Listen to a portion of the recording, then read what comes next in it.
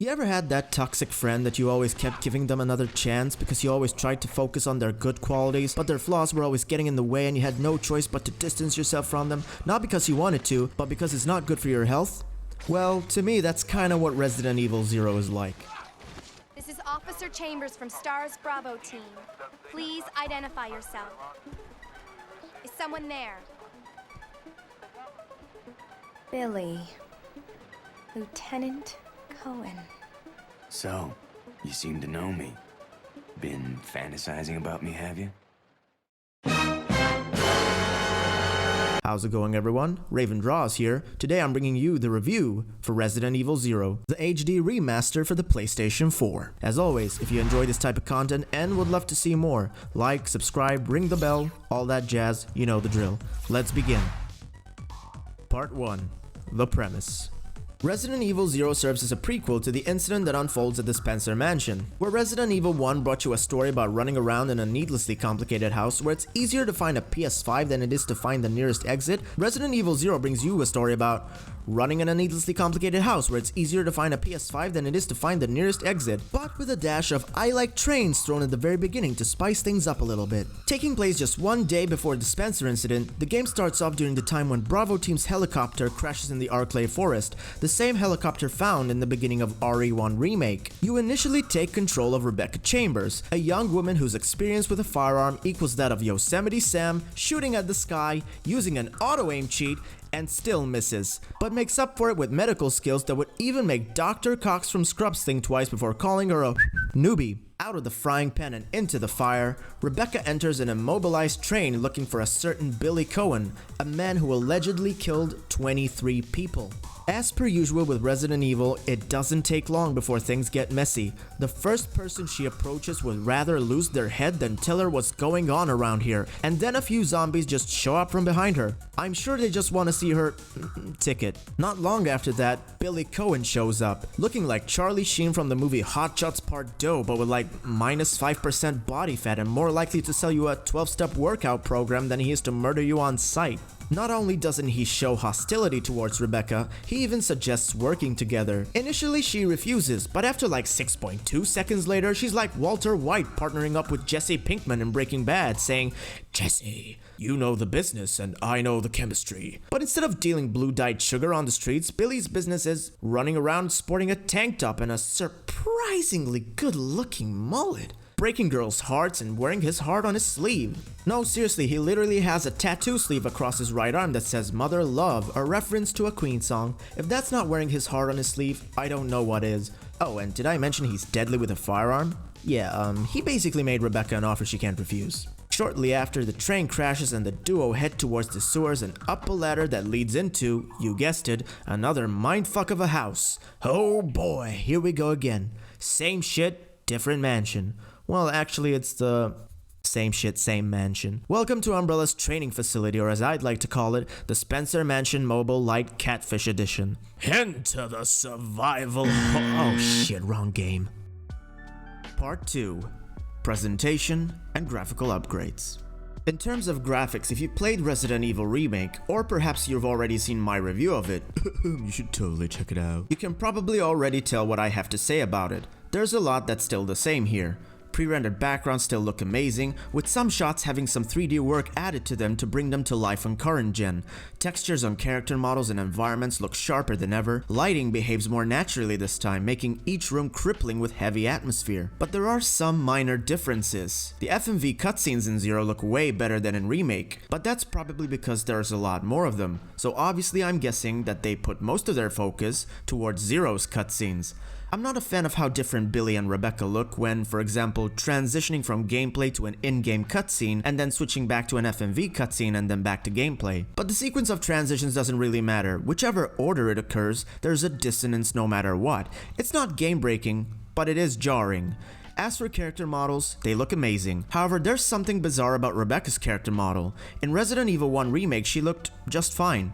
Nothing groundbreaking, but she looked pretty normal. In Resident Evil 0, the details in her face look a little bit off. She still has that identifiable trait like the short haircut and the soft features to her face, but the eyes look drastically different. You'd think that the sharper details would make everything look more aesthetically pleasing, but the problem is that the look doesn't really fit with the rest of her character model. The eyes look bigger and sit somewhere on a weird spectrum, ranging from hyper-realism in the details of her irises, all the way to the anime, manga-looking shape of her eyes that simply don't gel with the relatively normal proportions of her face. It feels a little bit overdone. It's mostly distracting during cutscenes. When you're playing the game, it's not gonna be a problem. Billy, on the other hand, looks just fine. Nothing out of the ordinary, just the typical enhancements you'd expect from a character model. Zombies and other enemy types also have great detail to them. The blood and gore is also done well. Leeches explode when stepped on or shot at. Insects erupt like a mini volcano when you shoot them with a shotgun shell or acid rounds. Critical headshots make the zombie brains splatter on carpets and walls realistically, which is pretty cool given that a lot of these environments are pre-rendered. The amount of work done into the backgrounds to make them feel like an actual place, and not just a photo with 3D characters that float in space and time and defy the laws of physics, is insane. Most of the locations aren't that different from what you will find in Resident Evil Remake, but the train section at the beginning of the game was a welcome change of scenery. I like the little touches like the slight shaking camera effect, objects rattling, and the lights from outside the windows constantly shifting, indicating that the train is traveling at the speed of anxiety and impending doom. The two other environments are fairly generic, but that's not to say that they're not brimming with detail, but I don't feel like they ever come close to feeling as interesting as the opening train section. Long story short, Resident Evil 0 is a good looking remaster, on par with its older sibling, but with different strengths and weaknesses. It does look samey and boring to look at sometimes, but it's got much better looking and frankly, more interesting cutscenes. Part 3. Gameplay and horror elements. The most distinguishing feature to Resident Evil 0 is the switch mechanic, the duality dynamic, the buddy system, or as I'd like to call it, the damsel in distress simulator. Where Resident Evil 1 Remake was a solo gig that mostly took place in a big, single location, 0 takes you through a cooperative trip that is split into thirds with 3 separate locations that roughly take the same amount of time to complete. However, it's not really a co-op game. This is not the conventional split screen or local co-op experience. It's this weird as fuck gray area where you have access to both characters at all times, and yet you don't have full agency. You can switch between the characters throughout the whole game, except for some segments where the characters get separated and have to find their way back to each other. Unfortunately, some of these instances have to be completed in a limited time frame. However, in my opinion, these are some of the game's strongest moments. The stakes are at their worst, the tension is at its highest, and also the music gets pretty epic, but I'll talk about that later. For the most part, the gameplay here is still the same. Old school gameplay, fixed camera angles, pre-rendered backgrounds, puzzles, simple but easy to use combat mechanics, restrictive item management, and ammo conservation. It's quite derivative, but it has some interesting ideas. Emphasis on ideas. Unfortunately, some of the changes, while interesting on paper, were poorly executed. The weird co-op mechanics changes some of the fundamentals within the standard gameplay loop. Resident Evil 0 finally allows the player to drop items whenever and wherever they please. It seems convenient at first, but the problem with this is that the item box is now completely gone. I suspect this decision was taken to not make the game too easy, but this change is basically pointless considering the lack of the item box makes the game ridiculously difficult. I want to make it clear that by difficult, I'm not referring to it as challenging. When I think of challenging, I think of something that is difficult but fair. This game, on the other hand, is difficult to tolerate. Not all the time. It's got its good moments, that's for sure, but these good moments get so frequently overshadowed by problematic design choices that their value just goes out the window for me. Another perplexing omission is the defense items. This was a feature that made its debut in Resident Evil Remake, just 6 months prior to Zero's release, and somehow this didn't make the final cut. I do not understand how a useful mechanic like this got tossed away. Much like the item box, I think the developers omitted this feature with the intention of making the game feel difficult, but I believe the biggest mistake they made with most changes, as minute as they may be, is that they've been taken to an extreme. A lot of these mechanics didn't need to be cut. They just needed to be balanced. Item boxes could have been few and far between, perhaps even put a strict limit on how many items can be stored, but at least you could have had the option. At least give us something for the hookshot. The hookshot is this obnoxious grapple gun that the game doesn't bother to tell you if you're gonna need it later on, and if you're a new player, it's your first run and you somehow forget this thing, you're shit out of luck and you have to backtrack all the way back to where you left it. And that's not all of it. As if the item box being gone wasn't enough, the inventory now is also terrible. Each character now comes only equipped with 6 item slots. Now 6 item slots by themselves are not a bad thing. It worked just fine with Chris in Remake. But in Zero, not only are you stuck with 6 item slots, you now have to deal with the fact that two-handed weapons take 2 inventory slots. Now again, on paper, it seems more realistic that a two-handed weapon like a shotgun would take up more inventory space than something like a handgun. But then with that same logic, why on earth does a key or a keycard take up as much space as a handgun?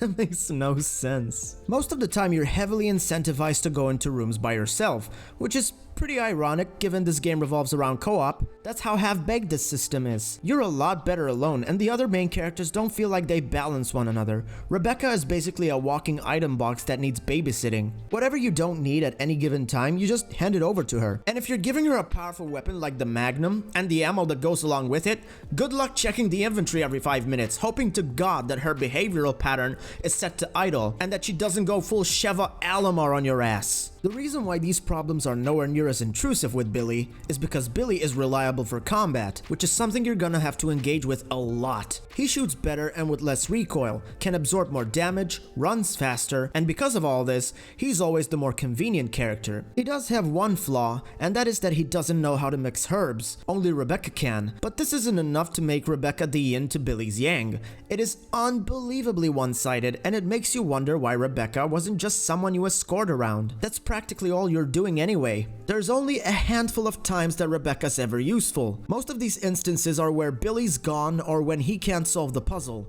And boss fights. And speaking of these boss fights, these are the only few times in the game where I would recommend that both Billy and Rebecca would be shooting at the same time. If you spend the whole game going from room to room with your partner by your side and helping you shoot stuff, your ammo's gonna run out by the time you even get to a boss. Overall, the item management is atrocious here, and because of this, so is the backtracking. And the defensive items could have just been things you could use to avoid stun locks, because some of the new enemy types are just god-awful. Zero has some of the worst stun locks that I've ever seen in a Resident Evil game.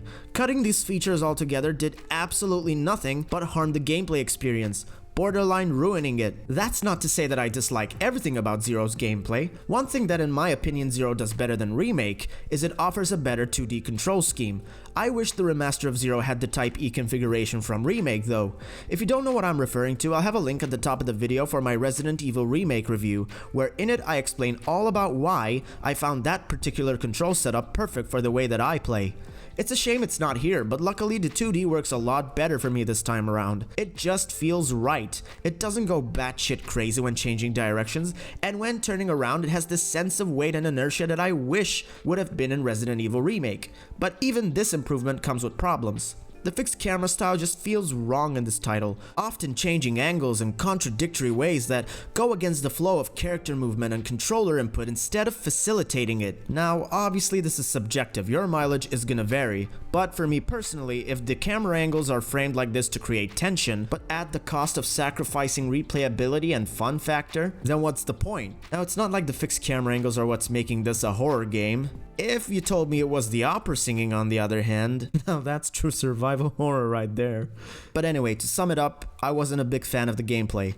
On the surface level, it looks like every other Resident Evil, but the little changes here and there creep up everywhere, and the negatives far outweigh the positives. I respect that the developers tried to shake things up a bit, but the problem is that the investment towards change just wasn't allocated accordingly. Maybe it was because of time, money, or just a lack of vision or lack of testing, or maybe they just didn't anticipate any of these setbacks. But the overall gameplay, as innovative as it tried to be, is poorly executed and plagued by baffling design choices. Part 4. The sound. I'm gonna split this section into 2 parts, diegetic and non-diegetic sounds. Let's start with the diegetic ones. First up, let's take a look at sound effects. Now when it comes to sound effects in horror games, one in particular that gets a lot of work done, at least when it comes to third-person games, is footsteps. There's quite a lot of variations here. Regardless of whether you're walking through loud and reverberating corridors, clinking and clacking over steel-grated floors of some conveniently hidden underground lab, or maybe just muffled sounds you make as you walk or run over carpets that stretch all the way to both ends of every train car that you hop into, the footsteps are really well done here. I also love how Zero gives Billy and Rebecca different sound effects that give both protagonists a unique sense of height and build. Rebecca being the vulnerable, but intelligent and determined young lady, and Billy being basically everything Chris Redfield wished he could be at the time. Tall, heavy, lean, mean, shredded and shredding and tearing everything and everyone, but also charming enough to convince you to buy his 12-step workout program. If he can convince a hesitant police officer to work with him, even though he's a fugitive on the run, then he sure as hell can sell you that workout program. Hell, for all I know, you might just end up buying the cookbook as well. It's all about them gains, bruh. The big guns. And speaking of big guns, let's talk about gunshots. Or maybe not. There's not much that I can say here that I haven't said about the remake's gunshots. Almost every gun sounds alike, but even then they sound excellent. And so do the critical headshots, which that as well is just more of the same. That's pretty much it. Moving on. A lot of sound effects that you're gonna hear throughout the whole game are sounds from the inventory. I love these sound effects in the remake, but I think this one takes the cake. I don't know if I can say it sounds better, I just like this one more. It just comes down to personal preference. There's something oddly satisfying about the sound of mechanical buttons clicking loudly, and I just can't get enough of it. That is until I find an item I need and the inventory tells me you can't carry any more items. Then it becomes the most annoying sound, ironically enough. One thing I forgot to mention in the remake was the sound that keys make when unlocking doors. It has been reused quite a lot in the series, this game included, but good lord is it satisfying to hear that sweet, sweet sound of unlocking an entirely new place to explore or even a shortcut. And that's about it for sound effects. Now I want to talk about dialogue. Now if I'm being honest, I think that in this department, Zero does it way better. The dialogue is the same cheese fest that Resident Evil is known for, but for what it lacks in writing, Zero makes up for in pretty much good voice acting. The protagonists have way more personality to them. I'm sorry if you don't like hearing this, but Jill and Chris in the remake had the personality of a cardboard box. Actually, I think that's a little bit insulting to cardboard boxes now that I think about it. Billy and Rebecca, on the other hand, actually interact with one another. And despite how naive Rebecca seems to be to just suddenly trust the one man she's been told to not to trust, I like that she had the common sense to agree with Billy that they have better odds of surviving as a team. I really hate that crap in horror games or movies where the characters just keep splitting up for the dumbest of reasons. The remake had this nasty habit as well. They always use the excuse that it's to cover more ground, but then you get something what is called ludonarrative dissonance, which basically means that what your characters do in gameplay and what your characters do in the story told through cutscenes and such contradict one another. If it's to cover more ground, then that's supposed to mean that you're gonna save time searching the place, but that's not even close to what happens during the Spencer incident. Apart from that, everywhere is locked. How the hell do people even split up and never bump into each other if everything's locked? The door's locked, the keys that open the doors are locked, and the locks that lock the keys are also locked. These STARS members really must hate working together. If you have better chances of surviving a zombie apocalypse with an escaped prisoner than your own fucking squad, then you have a problem. So yeah, I prefer Rebecca and Billy as a duo than any other duo in the remake, but that's just my opinion. Overall, I find their chemistry to be really good. Great, actually. They just work incredibly well together. And the voice acting whenever both characters are on screen communicating to one another, it's quite pleasant to listen to, cheesy dialogue or not. Both of them are well voice acted, but the standout character for me is Billy. Billy is one of the most underrated badasses of the whole franchise, no joke. I know Resident Evil likes using one-hit wonder characters all the time in this franchise, but Billy, seriously?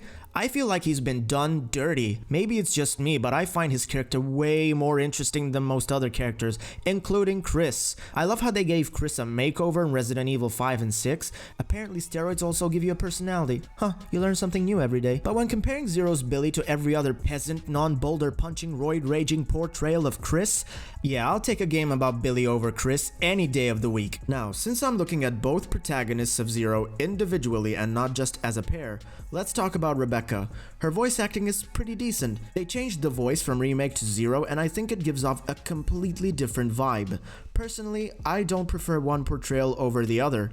I think that in the remake, Rebecca was supposed to be this mother figure, a selfless giver who's always ready to put her life on the line, even though she's the most vulnerable out of all of them. In Zero, she is still this selfless, caring woman with a level of empathy that borders on naivete and poor instincts. At the beginning of the game, she speaks with more of an authoritative, no bullshit kind of tone, but it doesn't take long for Rebecca to completely ditch this persona. When she realizes that Billy could see right through her insecurities, She just knew she wasn't kidding anyone. As the game goes on, she quickly reverts back to this selfless nature. It does seem to happen a bit too quick, but I don't know whether to consider that as a positive or a negative. The more I think about it, the more I see it as a positive. When Rebecca and Billy meet for the first time, I don't think it's just Billy who was able to see right through Rebecca's insecurities. I think Rebecca was able to see the same in him. Both characters were pretending to be someone they were not, an indifferent and apathetic alter ego used as a coping mechanism in hard times to not to get hurt. I think this is why Billy and Rebecca work phenomenally as a team. There's a subconsciously mutual understanding between the two that makes their chemistry special. It's also what makes their personalities stand out, and I genuinely love how the voice acting was able to convey this. My issue with Rebecca's characterization has nothing to do with the voice acting. It's actually a matter of lackluster writing. Much like how the gameplay ignored the strengths of the remake, Zero also, for some reason, ignored the story completely. I like what they did with Rebecca in Zero. She was clearly improved as a character, but then the problem was that the context that Zero adds to her character completely ruins her behavior and actions in the remake. As a separate game, this was fine, I liked the changes, but when viewing both games as part of one big timeline, the consistency is atrocious and completely butchers her character arc and progression. The remake completely ignores the way she evolved as a person in Zero,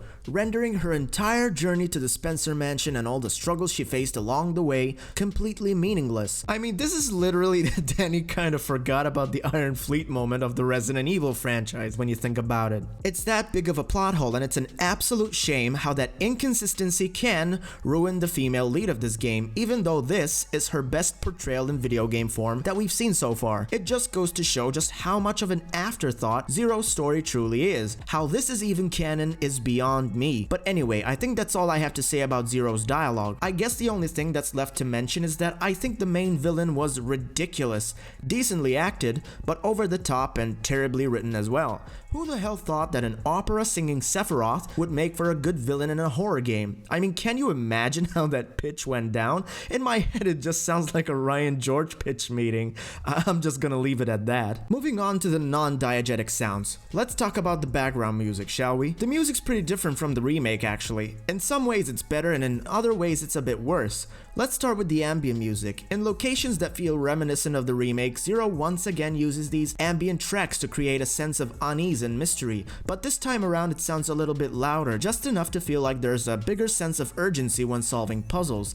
Thematically, it does make sense, but when you look at how the gameplay is structured, full of trial and error puzzles that take ages to solve if you're new to the game, these tracks can be very distracting and get old real quick. The only exception would be the music that plays in the final third, one called the Laboratory. I don't know why it stands out to me, but it does. Something about the piano keys really strike a chord with me.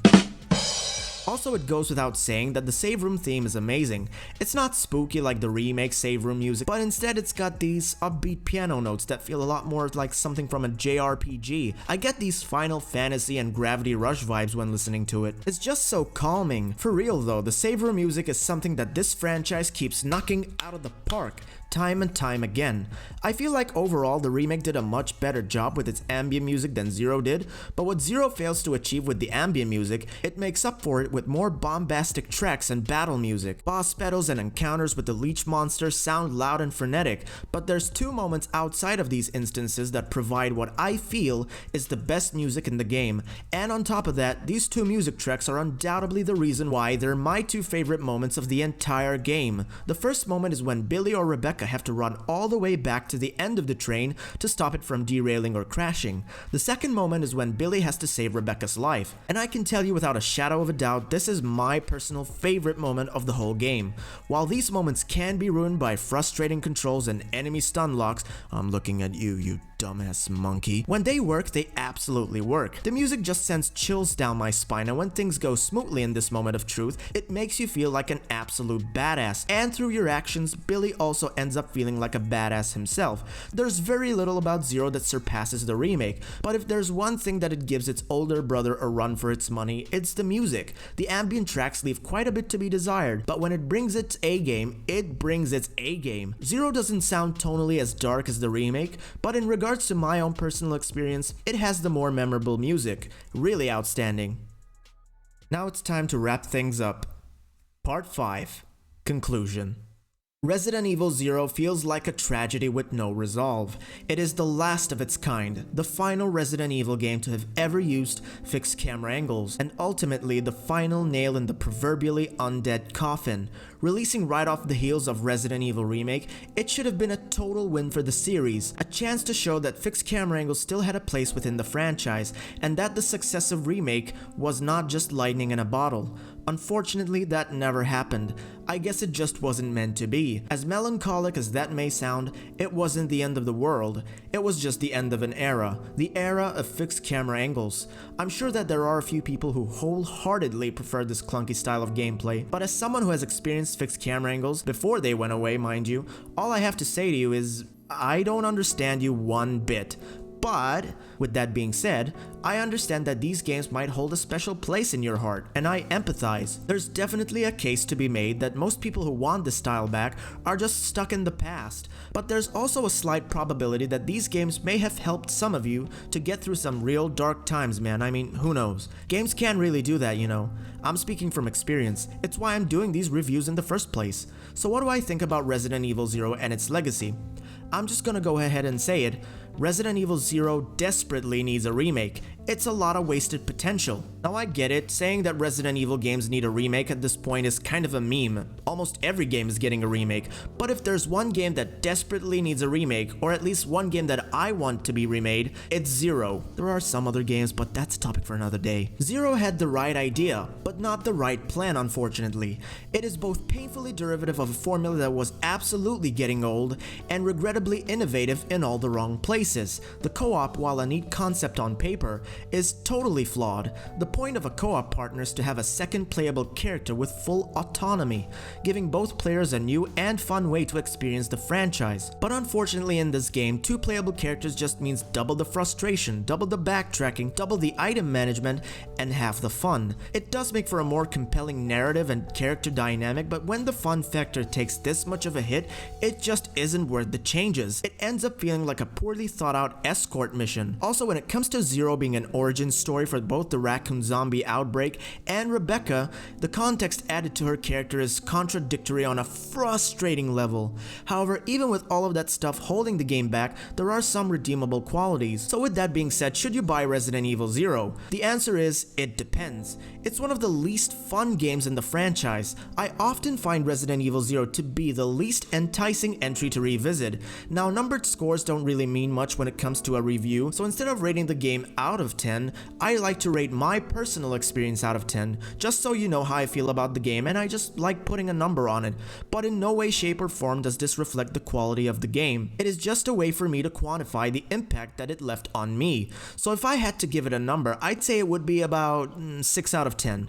There's still a lot to appreciate about this title. On a technical level, it is still an impressive piece of software. It's also one of the few games with fixed camera angles that have been preserved for modern audiences to experience on current-gen consoles. And despite all of its flaws, if you're a horror fanatic who just wants something that offers a totally different experience from modern horror games, or maybe you're already familiar with fixed camera angles and you just want your daily fix, then I'd say give it a try. But if I were you, I'd get the Origins collection to try it out, as that comes with both Resident Evil Remake and Resident Evil 0. I don't think anyone's gonna truly buy the Origins collection for 0 alone, but for the price, as a companion piece to one of the most beloved survival horror titles, I'd say get the Origins collection and at least give 0 a try. But just know what you're in for. If it's not for you, you can always just ignore it and play the remake instead. But if you are interested in 0, this is what you're gonna get. It offers one of the best character duos of the whole franchise, brimming with an endearing sense of chemistry that doesn't happen too often in Resident Evil games. Billy is one of the most, if not the most, underrated character in all of Resident Evil. I know in a way his character arc is finished, but with his fate never been set in stone, I think that in itself warrants the possibility of a remake or a sequel that brings him, and hopefully Rebecca, back for another outing. It also opened up possibilities as to where Resident Evil could go as a co-op experience. And best of all, Resident Evil's shortcomings are interesting to examine to say the least. And before I close this off, Resident Evil 0 also offers some little neat features after beating the main game, such as playing Leech Hunter mode and Wesker mode. Wesker mode is a neat little feature that was added for the remaster, but it's not gonna be why you're gonna buy the game. I just played it once and totally forgot about it. That's all I can say about that. Resident Evil Zero's failures paved the way for something greater, establishing itself as the inciting incident for Resident Evil to evolve once and for all. And evolve it did. Thanks to Resident Evil Zero, the next installment would go back to the drawing board and reinvent not just what Resident Evil stands for, but also change the gaming landscape as we knew it forever. But as time goes on, even that later installment's legacy will age, and Resident Evil might once again need to take a look at its past to determine its future. And when that happens, Resident Evil Zero might just be the underdog that gets the redemption story that it truly deserves. Hey, Queenie! Feast on this!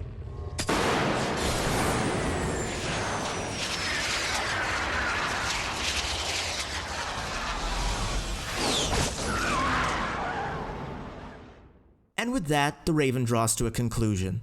Thank you so much for watching, and I'll see you next time.